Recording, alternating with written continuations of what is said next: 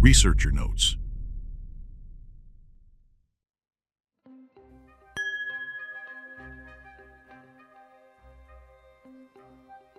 Here is my new story.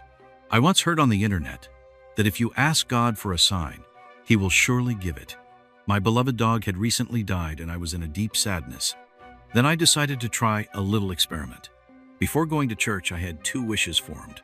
First, I wanted to receive some kind of sign from my deceased dog to know for sure that it came from her.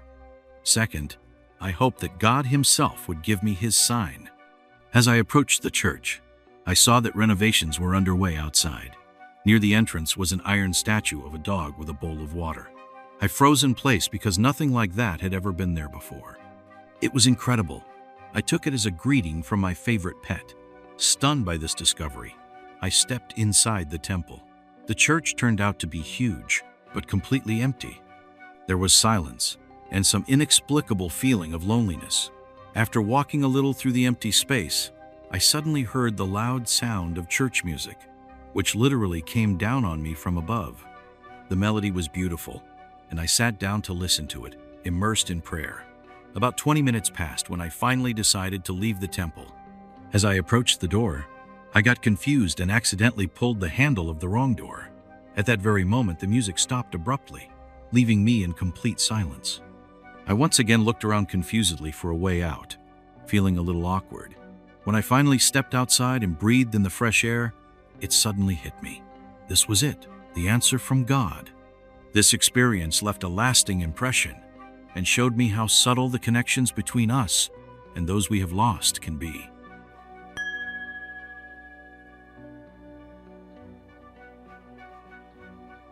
In 2002, we traveled with my youngest son from Odessa to my mother. We were standing at Odessa Vostoknaya station on one of the platforms, which are located on piles a meter or so off the ground. Between these poles piles, sometimes people were sneaking to cross the tracks faster without going up to the transition bridge. We are waiting for our train. Or rather, I am standing, and my son is running around among people waiting like us. And suddenly, I see a monkey sneaking under the neighboring platform, standing on its hind legs with its back to us, looking warily in our direction in a half-turn. It goes from pile to pile and disappears. The next one follows in the same way, in a round dance. I looked around to see if people were reacting, but there was no reaction. Nobody saw anything. I called my son, "Sonny, look, what's there?" He looked and shouted, "Mommy, there's monkeys!" People turned around at the cry, then looked where my son was pointing and turned away indifferently. No one saw anything, and we kept looking. The monkeys had gray-brown hair. They were of sturdy build. They walked slowly and cautiously, looking in our direction, going behind the next post, disappeared. I didn't count them, but there were 6 of them, if not more. When I came back to Odessa, I specially examined that place and found nothing special.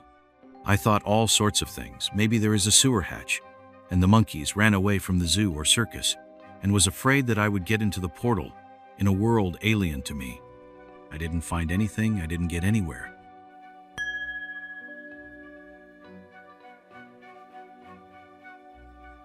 A long time ago, about 5 years ago, my niece found herself a job at a prestigious hotel. At that moment, they had a new job opening, and she suggested that I try to get a job there. Without hesitation, I agreed to go for an interview. 2 days after the successful interview, I had to start my duties. On the day I started my new job, I decided to take a cab to get to the hotel. When I arrived at the service entrance, I saw my niece coming out to meet me. What was my surprise when, instead of greeting me, she suddenly exclaimed, "Wow, what a handsome guy. I've never seen one before." I looked at the driver, an ordinary middle-aged man who didn't stand out in any way. I wondered why my niece was acting so strangely. A little time passed, and I decided to ask her about the guy she had supposedly noticed. However, my niece assured me that she hadn't said anything of the sort and had no recollection of the moment at all. Later I realized that it was my guardian angel who had decided to show his presence by appearing in front of my niece for a brief moment. Perhaps he wanted to warn me of something important, for I felt his support. Now, I can talk about it calmly, but at the time it was unpleasant to remember those events, because shortly after I started work I was brutally framed. Fortunately, everything ended well for me. But now I often think about how important it is to listen to your intuition and the signals sent to us by our subconscious, and maybe even by our guardian angel. I wish everyone peace, love, and happiness.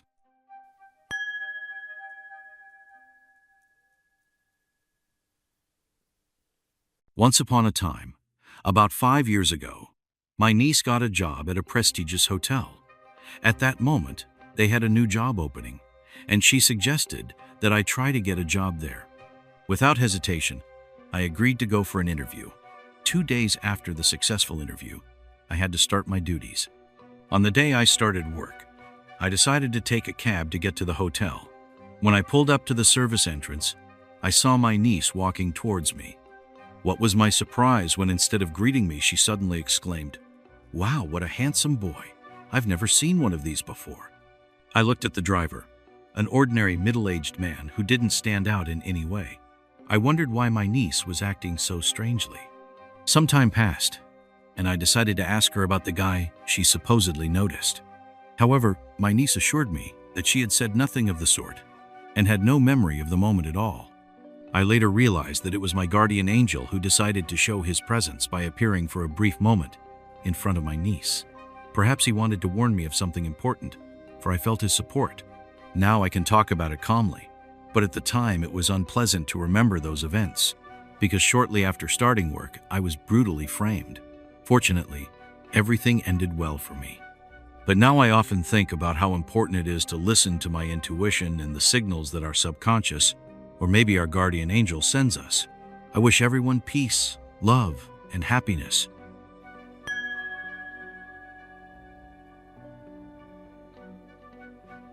Late evening in St. Petersburg, Vasilyevsky Island. After a day of work, my buddy and I decided to relax and have a beer. On the way, we passed by one of the streets where there was a church. The buddy joked that they probably pour wine there. I replied that I would prefer vodka, and we laughed. Then we sat down on a nearby bench, smoked, and began to ponder whether we should go home or continue our walk. Suddenly, a huge man came up to us and sat down next to us. He started nervously scratching his jeans with his fingernails, leaving noticeable scratches. Then he asked, "Which one of you wanted vodka?" We both froze as we watched him pull out a shot glass. His movements and appearance made us uneasy. I whispered to my buddy that it was time to leave as this guy looked too intimidating. And to the man we say, "All right then, I'll see you later." We quickly left the bench and went to the nearest store to get a beer. Then we got on the trolley bus and took seats at the front door. A couple stops later, the same man suddenly reappeared. He had a shot glass of vodka in his hand, and he turned to me. "You wanted to see me again." Shocked, I hurriedly ran out of the trolley bus, squeezing through the crowd of passengers. My buddy followed me, and the man remained standing at the door with a sinister smile, displaying a shot glass. The incident caused us great consternation. It was impossible to believe that he could find out where we were going and manage to get on the same trolley bus and enter through the front door. Everything happened so quickly and unpredictably that the sense of mystery of that evening stayed with us for a long time.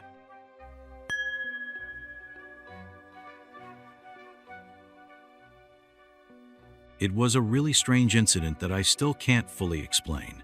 One day I was walking to my usual public transportation stop.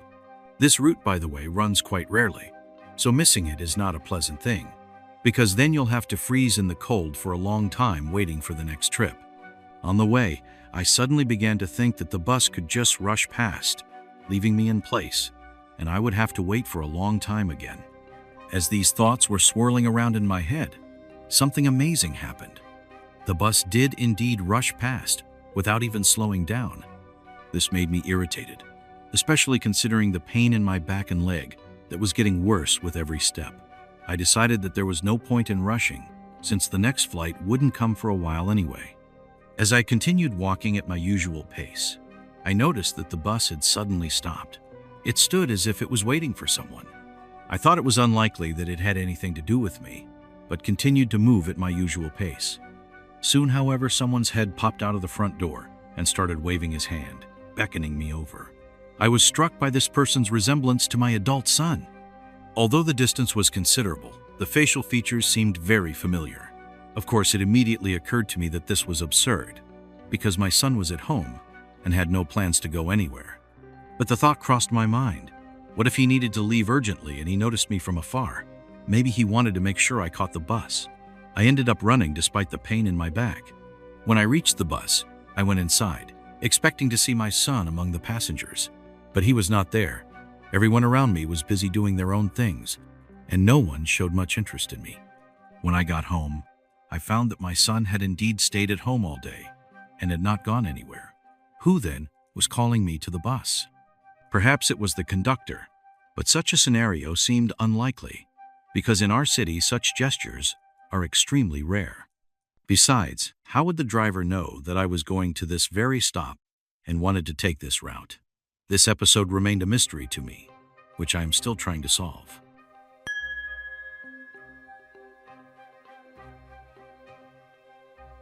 Here is another mystery story. Recently, I was making a salad and suddenly realized that I needed an egg slicer. I quickly found it among the kitchen utensils, took it, and started cutting eggs. Suddenly, I noticed a red egg slicer nearby.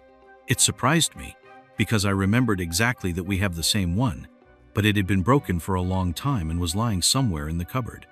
I took it in my hands, twirled it around, and put it back on the table. When I finished preparing the salad, I started washing the dishes. Then I remembered that old broken thing and decided to throw it away. I looked at the table and it wasn't there. I looked all over the kitchen, even in the cupboard, but I couldn't find it anywhere. Finally, I opened the cupboard door and found it deep inside, although I had never put it there or taken it from there. What could it be?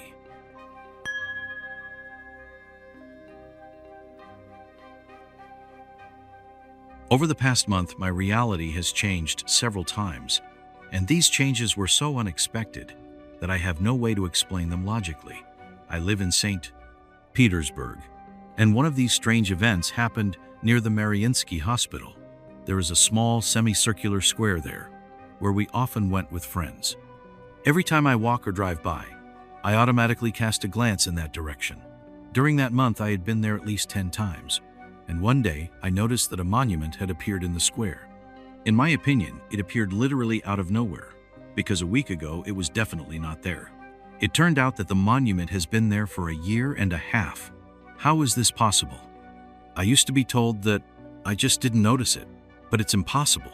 For example, there is a new bus stop on Lermontovsky Avenue. It turns out that it had been there for 3 months, although I passed by there every day and never saw it. Because of this, I almost had an accident. Events like this have accumulated quite a few, and they happen all the time. The first one happened when I asked my mom why she stopped baking my mom's favorite cottage cheese puffs. She said she didn't know the recipe. All my life she had been making them regularly, and suddenly she forgot. My sister and other family members also claimed they had never seen these dumplings. It turns out that I was the only one who ate them my whole life.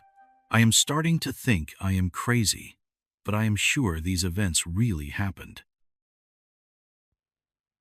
Thanks for watching. If you have your own stories about unexplained events, mysterious encounters, or strange coincidences, share them in the comments. Perhaps your experience will help others to understand this mysterious world. Subscribe to the channel, put likes, and leave your opinions. See you in the world of mysticism and the unknown.